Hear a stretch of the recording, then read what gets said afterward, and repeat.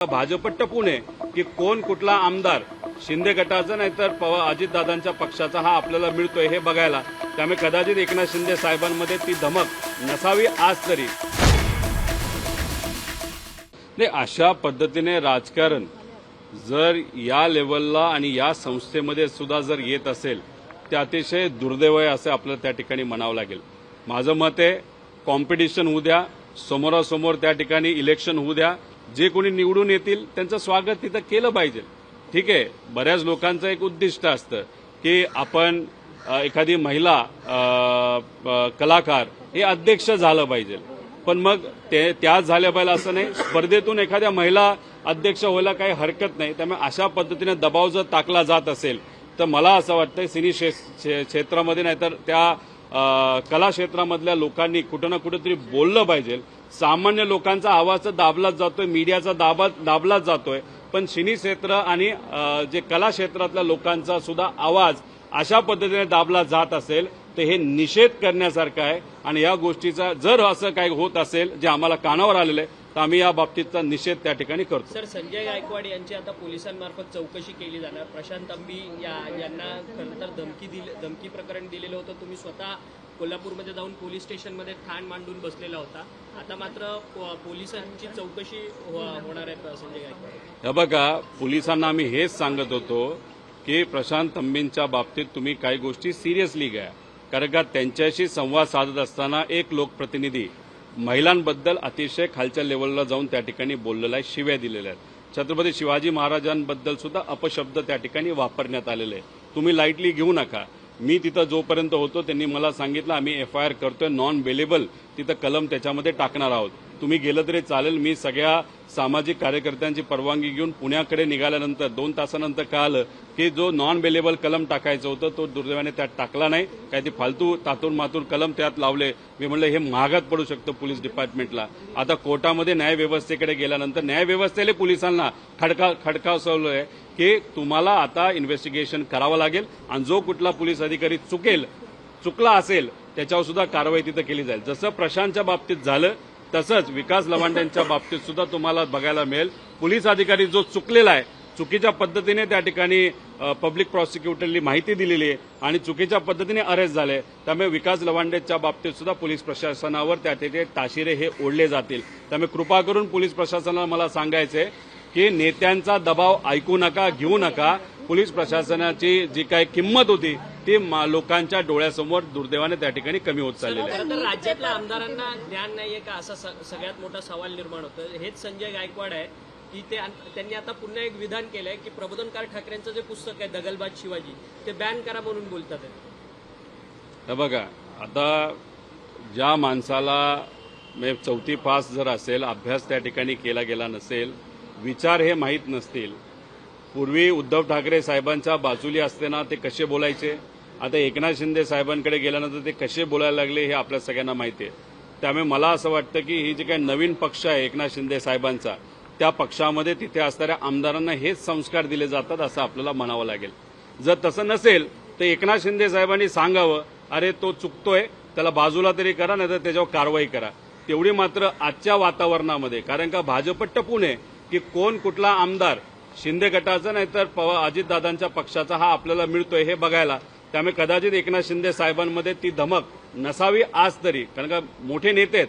कारवाई एखाद्या आमदारावर करायची, कारवाई केली तर भाजपने त्याला उडवलं, असं आजची त्या ठिकाणी परिस्थिती आहे. याला जोडून प्रश्न आहे की मंत्री संजय शिरसाट यांनी दावा केला की अजित पवारांच्या राष्ट्रवादीचे आमदार काही आमच्या संपर्कात आहेत. त्यावरती मुश्रीफांनी मात्र नाराजी व्यक्त केली. मुश्रीफ म्हणतात की या सगळ्या संदर्भाची तक्रार उपमुख्यमंत्री एकनाथ शिंदेकडे आम्ही करणार आहोत म्हणून. बघा, तुम्ही तक्रार करा, तक्रार करून सुद्धा काय होणार नाही. अजितदादांच्या पक्षातले सुद्धा बरेच आमदार भाजपच्या संपर्कात आहेत आणि एकनाथ शिंदे साहेबांच्या पक्षातले सुद्धा बरेच आमदार हे भाजपच्या संपर्कात आहे, असं आम्ही खूप आधी बोललो होतो. आता शिरसाट साहेबांनी त्याच्यावर शिक्कामोर्तब केलं की हो, अजितदादांच्या पक्षातले बरेच आमदार हे आमच्या पण संपर्कात आहे आणि बीजेपीच्या पण संपर्कात आहे. म्हणजे कुठं ना कुठं तरी आमदारांना तिथं फोडलं जाईल अशी भूमिका त्या ठिकाणी. मला फक्त मुश्रीफ साहेबांनी एवढंच सांगायचंय, तक्रार या बाबतीत कशाला करता. जरा तक्रार करायची असेल तर अजितदादांच्या बाबतीत जो तपास संत गतीने चालू आहे त्या बाबतीत जरा तक्रार करा.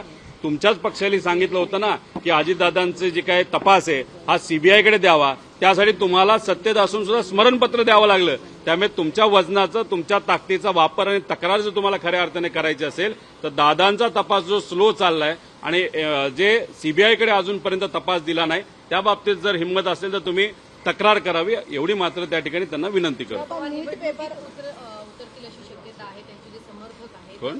जय पवार आगामी या विधान परिषदेच्या निवडणुकीत उतरतील, पोस्टर बिस्टर्स व्हायरल होतात. कसं पाहतात? हे बघा, आता त्याच्या मनामध्ये आहे नाही आहे, त्यांच्या पक्षामध्ये आहे नाही आहे, पण कसं असतं की एखादा व्यक्ती जेव्हा राजकारणात नवीन नवीन येतो तेव्हा काही आसपास काही कार्यकर्ते जोडले जातात आणि काही कार्यकर्ते टीव्हीवर येण्यासाठी व त्या नेत्याच्या जवळ जाण्यासाठी व चांगलं एक म्हणतात ना गोडी गोडी, जसं हे मेलडी आहे तसं गोड गोड एक कुठेतरी संबंध त्या ठिकाणी व्हावेत. सत्तेत कामं बरीच होतात म्हणून काही लोक पोस्टर तिथं करत असतात, पण शेवटी पक्ष काय निर्णय घेतो त्याच्यावर त्या ठिकाणी असतं. पण विषय एवढाच असतो, कुठलाही पक्ष लांबचा जर विचार करत असेल तर त्यांचे निष्ठावंत, दादांबरोबर राहिलेले जे निष्ठावंत लोक आहेत, पदाधिकारी आहेत, त्यांना कदाचित प्राधान्य देणं हे जास्त महत्वाचं असतं. पण शेवटी निर्णय हा पक्षाचा असतो. निष्ठावंतांना त्या ठिकाणी संधी दिली जाईल का मग नवीन एखाद्या पदाधिकारीला जो परिवारातला आहे दिली तर चांगलंच आहे, आम्ही स्वागतच करू.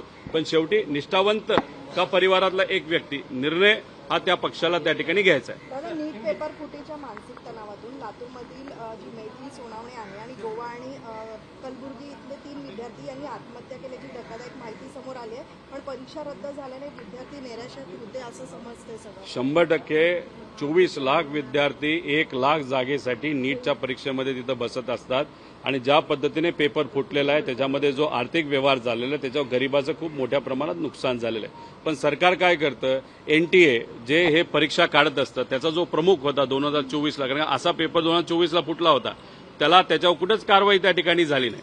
त्याला उलट नंतर एका राज्याचा चीफ सेक्रेटरी म्हणून त्याला पदोन्नती दिली.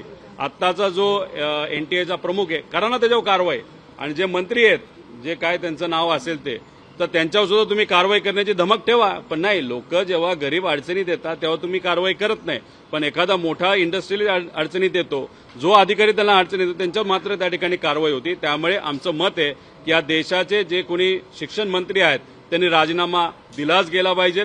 त्यांनी नाही दिला तर मोदी साहेबांनी तो त्या ठिकाणी घेतला गेला पाहिजे. कारण की हा प्रश्न आहे सामान्य लोकांच्या, मुला मुलींच्या भवितव्याचा. आणि अशा पद्धतीने जर तिथं आत्महत्या होत असेल तर ते योग्य नाही. मी मुलांना विनंती करतो की कृपा करून असं जर विचार तुमच्या मनामध्ये येत असेल तर कृपा करून तुम्ही तो विचार मनामधून काढा. तुमचे पालक तुमची वाट बघतायत, तुमचे पालक तुमच्यासाठी त्या ठिकाणी प्रेमाने त्या ठिकाणी तुमच्या भक्कमपणे तुमच्या बरोबर आहोत, आम्ही आहोत. त्यामुळे कृपा करून असा विचार करू नये आणि सरकारने या बाबतीत लवकरात लवकर ऍक्शन घ्यावी. दादा, कॉक्रोच जनता पार्टीचं सध्या सगळीकडे बोलबाला सुरू आहे. अल्पावधीतच कॉक्रोच जनता पार्टीने इंस्टाग्रामवरती 2 कोटी फॉलोअर्सचा टप्पा पार केला. परंतु हे सगळे जे काही सोशल मीडिया प्लॅटफॉर्म्स आहेत ते हॅक करून बंद सुद्धा करण्यात आलेले आहेत. लोकांचा एकीकडे असंतोष पाहायला मिळतो या सगळ्याच्या बाबतीत, कॉक्रोच गोलल्या प्रकरणी सरन्यायाधीशांच्या. हे बघा काय झालंय की हंगेरीमध्ये लोक एकत्रित आले आणि तिथे असणारी हेकेकोर जी सत्ता, जसं देशामध्ये आपली हेकेकोर सत्ता आहे त्याला उलटून टाकलं. तसंच नेपाळमध्ये झालं, तसंच बांगलादेशमध्ये झालं, तसंच श्रीलंकेमध्ये चाललं. आता सर्बियाची आता बातम्या त्या ठिकाणी यायला लागलेत, विद्यार्थी रस्त्यावर उतरावं लागलेत. त्यामुळे कुठं ना कुठेतरी आता हे सरकार घाबरलंय. आता बीजेपी आहे 85 लाखावर. आता हे जे कॉक्रोच जनता पार्टी आहे हे सोशल मीडियावर गेले 2.5 कोटीच्या आसपास. त्यामुळे कुठं ना कुठेतरी या सरकारच्या विरोधात तिथं रोष आहे आणि सिस्टमच्या विरोधात रोष आहे. आम्ही सुद्धा सिस्टमला दोषी त्या ठिकाणी समजतो, कारण का दादांचा FIR होत नव्हता, सिस्टम त्याला जबाबदार आहे. आज कांदा उत्पादक शेतकरी, सिस्टम त्याला जबाबदार आहे. बेरोजगारी मोठ्या प्रमाणात वाढली, सिस्टम त्याला जबाबदार आहे. शहरी भागामध्ये प्यायला पाणी त्या ठिकाणी मिळत नाही, सिस्टम त्याला जबाबदार आहे. आणि कॉक्रोच जनता पार्टी ही सिस्टमच्या विरोधातच उभं राहिलेलं एक सोशल मीडियाचं त्या ठिकाणी प्लॅटफॉर्म आहे. आणि सगळ्यात पहिला मुद्दा जो त्यांनी घेतला तो महत्वाचा आहे की आता ज्युडिशरी जी आहे त्या ज्युडिशरीमध्ये सुद्धा काही असे जजेस आहेत ते उद्या जाऊन आपल्याला कुठेतरी खासदारकी मिळेल, आपल्याला कुठे एखादं पद मिळेल. त्यामुळे शेवटच्या काळामध्ये सरकारच्या बाजूने निर्णय घेऊन कुठेतरी ज्युडिशरीचं नाव सुद्धा कमी करण्याचा प्रयत्न त्या पद्धतीने तिथं केला जातोय. म्हणजे सरकार कुठेतरी ज्युडिशरीमध्ये सुद्धा घुसतंय आणि बाकीमध्ये सुद्धा लोकांना अडचणीत आणतंय, हे कुठेतरी सिद्ध होतं. त्यामुळे तिथं सामान्य लोक व्यक्त होत आहेत. त्यामुळे कितीही तुम्ही आवाज दाबण्याचा प्रयत्न केला तरी लोकांचा आवाज या सरकारला दाबता येणार नाही. दादा, पुण्यामध्ये 1 ते 22 मे पर्यंत 123 महिला व मुली ज्या आहेत बेपत्ता झालेल्या आहेत. खरं तर सरकारचं किंवा ह्या सगळ्याकडे गांभीर्यानं लक्ष नसल्याचं देखील बोललं जात आहे. हे बघा, हे सरकार कुठं ना कुठंतरी मनुवादाचं सरकार आहे. मनुवादामध्ये महिलांना कुठेही महत्व त्या ठिकाणी दिलं जात नाही. आम्ही कितीतरी दिवस झालं सांगतोय शक्ती कायदा तुम्ही आणा, पण यांना शक्ती कायदा आणायला काही हिंमत त्या ठिकाणी होत नाही, कारण कदाचित ते महत्वच तिथं देत नाहीत. आता नचरापूरला जो विषय झाला, चर्चेत आला, आंदोलन झालं, त्यानंतर थोडंफार काही ज्या काही गोष्टी सरकारकडनं झाल्या अरे पण असे अनेक विषय आहेत महिलांच्या बाबतीतले अजून ते प्रलंबित आहेत. आता साताऱ्यामध्ये मी जिथं गेलो होतो तिथून अजून जज सुद्धा अलोकेट तिथं झाला नाही त्या फास्ट ट्रॅक कोर्टला. बरंच मी जालन्यात गेलो होतो, मी मालेगावला गेलो होतो, बऱ्याच ठिकाणी गेल्यानंतर एवढंच कळतंय की महिलांच्या बाबतीतले अत्याचार या राज्यामध्ये वाढतच चालले, पण सरकार या बाबतीत सिरियस नाही. पुणे तर केंद्रबिंदू झालंय अत्याचाराच्या बाबतीत आणि क्राईमच्या बाबतीत, पण त्या बाबतीत कोणाचंच दुर्दैवाने तिथं लक्ष नाही. त्यामुळे सरकारला मी विनंती करतो की शक्ती कायदा हा लवकरात लवकर त्या ठिकाणी आणला पाहिजे. मी राजकीय स्टेटमेंट याच्यामध्ये देत नाही, मी जे स्टेटमेंट देतोय ते सामाजिक देतोय. त्यामुळे येणाऱ्या अधिवेशनामध्ये शक्ती कायदा हा आणलाच गेला पाहिजे अशी आमच्या सगळ्यांची मांग आहे.